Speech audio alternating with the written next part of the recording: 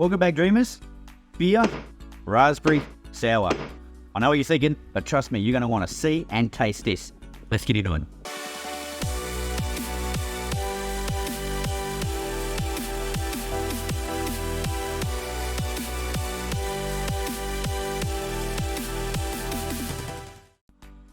Now, I know a sour beer might sound strange, but trust me, this refreshing raspberry-inspired beer is going to be just the ticket on a warm afternoon.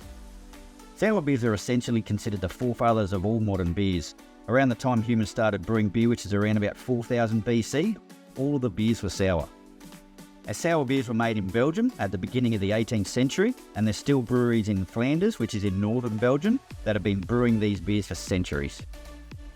Sour beers are becoming more loved by craft brewers and drinkers alike in recent times, with many different versions using additions of fruits and hops.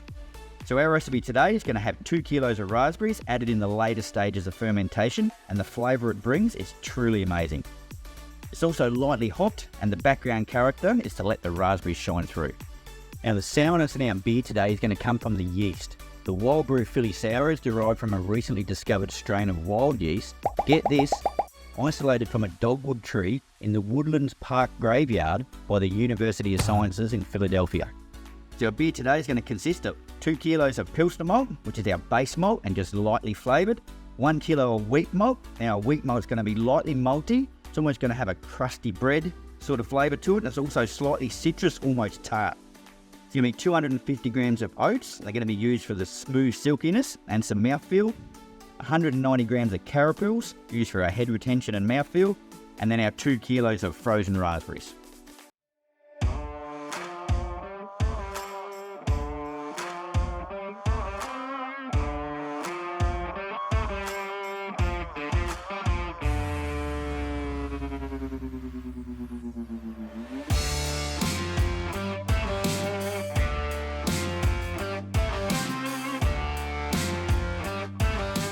We'll be using the standard 65 degree mash temperature, and after 1 hour we'll raise it to 75 degrees for the mash out.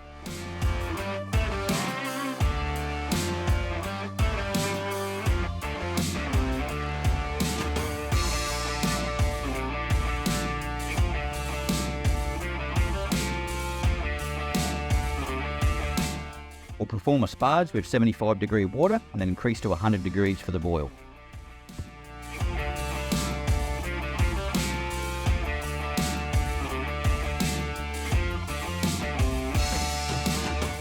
For our 30-minute hop additions, we'll add 3 grams of Centennial and 3 grams of Cascade.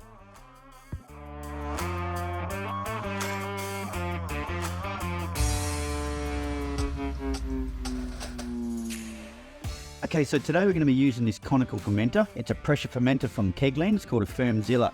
And we're not exactly using it for pressure today, but what we are using it for is in the bottom it has a collection jar. Whenever we do a brew that contains fruit, we want to remove the trub from the bottom so it doesn't come into contact with the fruit. And the easy way to do that with this conical fermenter is by shutting the butterfly valve on the bottom. Thus, it traps the trub in the bottom, and the fruit, once we add it, which in this case is the raspberries, it can't come into contact with the trub. And for a 5-minute hop addition, we'll add another 3 grams of Centennial and 3 grams of Cascade.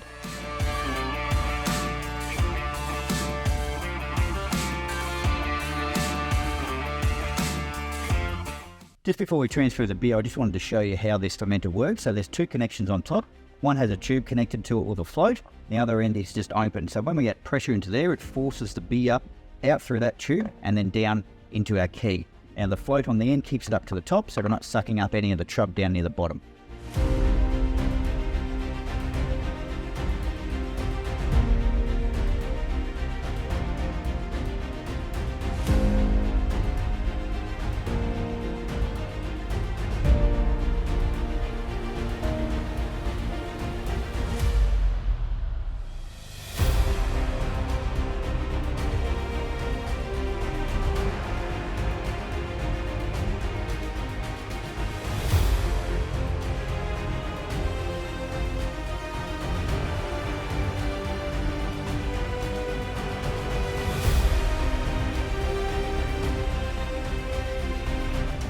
Okay, so that's about ready to go into our temperature controlled fridge. So our gravity today, we've started at 1.039.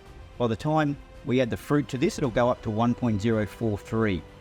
Now the fruit is not added until we get down to about 5 or 10 points short of our final gravity. Our final gravity we're aiming for on this one is 1.009. So somewhere around the 1.015, 1.018 is when we're going to add the raspberries in. And with this yeast, we're going to ferment that at 24 degrees after we add the fruit, which will be around about the sort of day 3 to 4. Then we'll ramp it up to 25 degrees.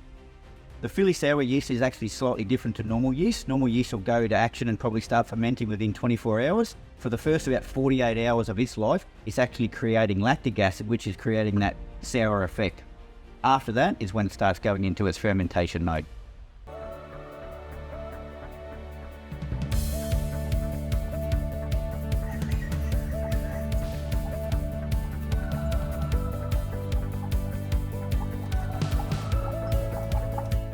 Okay, so for our raspberry additions, we're going to have to boil the bag that we're going to put our raspberries in to sterilise it. We put it in the boiling water and then we leave it there for 10 minutes. Following that, we have a container of sanitisation solution. We take the bag from the boiling water, put it in the sanitising solution and leave it there for at least 2 minutes. While we're handling the raspberries, we make sure we sanitise our hands regularly. We add the raspberries to the bag, being careful that nothing but the raspberries come into contact with the bag, again to keep any bacteria from getting into our brew.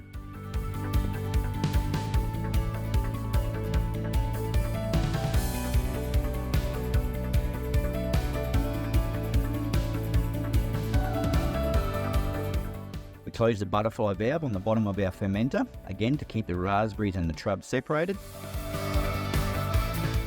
And we add the raspberries into the brew. While doing so, we want to get no oxygen into our brew, so we're really careful not to do that.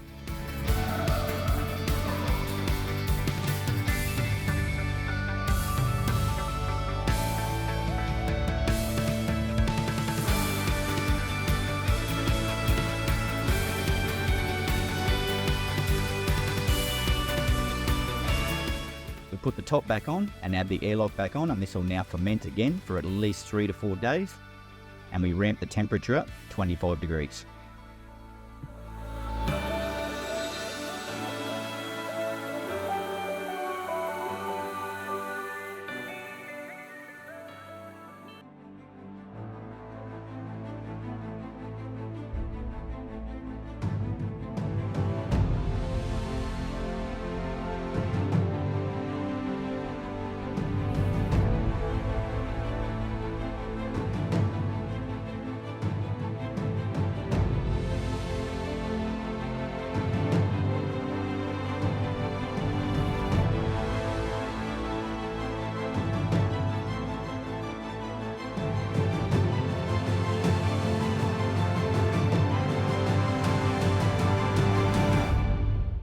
So our tasting notes for our raspberry sour. The aroma is a flush of fresh raspberries. There's a slight maltiness and hop character. Flavour is a raspberry burst with a moderate sourness, followed by clean, slight malt on the tongue. There's low bitterness and it's not overly sweet. This is far from the sweetness of a pre-mixed drink. The part I find interesting is how it cleanses the palate at the end, so leaving you wanting another sip. Overall, a satisfying and somewhat complex beer. It is very easy drinking and refreshing. At around 5% ABV, it is sessionable and it is just the remedy after a long summer's day. It's a great in-between beer if sampling a few different beer types, as it helps clean and reset the palate. This beer will never be far off being on tap again once it runs out. Well dreamers, I hope you got a lot out of today's video. Don't forget to stick around for these bloopers. As always, make sure you subscribe, make sure you're getting all the notifications, and we will see you next time on Billabong Views.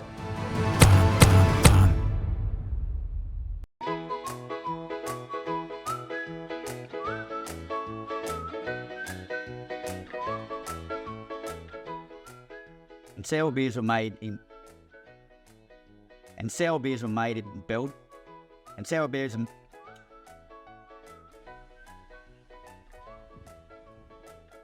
the Philly sour yeast actually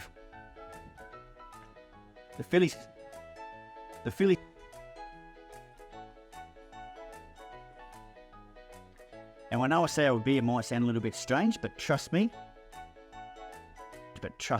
it's going to be just a ticket on a nice warm